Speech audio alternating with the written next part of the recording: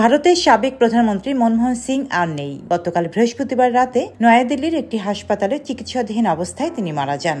এই সময় তার বয়স হয়েছিল 92 বছর। ভারতের বর্তমান প্রধানমন্ত্রী নরেন্দ্র মোদী রাত 10:37 টুইট করে এই খবর জানিয়েছেন।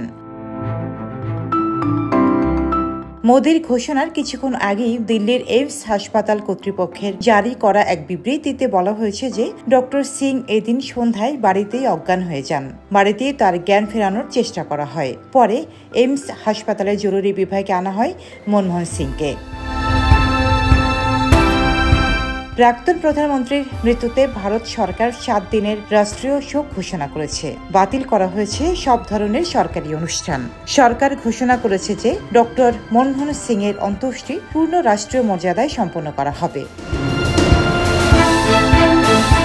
মনমোহন সিং এর জন্ম হয়েছিল 1932 সালের 26 সেপ্টেম্বর অবিভক্ত পাঞ্জাব প্রদেশের একটি ছোট্ট গ্রামে। সে সময় ওই গ্রামে না ছিল বিদ্যুৎ, না ছিল খাওয়ার জলের ব্যবস্থা। এরকমই একটি গ্রাম থেকে উঠে আসা মনমোহন সিং পাঞ্জাব বিশ্ববিদ্যালয় থেকে পাশ করার পরে স্নাতকোত্তর ডিগ্রি পান ক্যামব্রিজ বিশ্ববিদ্যালয় থেকে। তারপরে ডিফিল উপাধি পান অক্সফোর্ড বিশ্ববিদ্যালয় থেকে।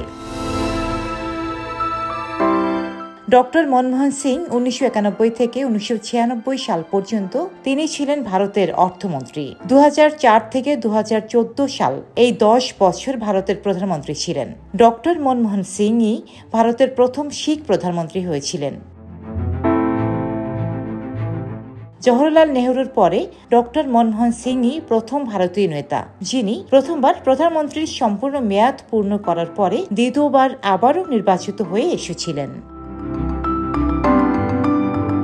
ডেস্ক রিপোর্ট, সাম্প্রতিক দেশকাল।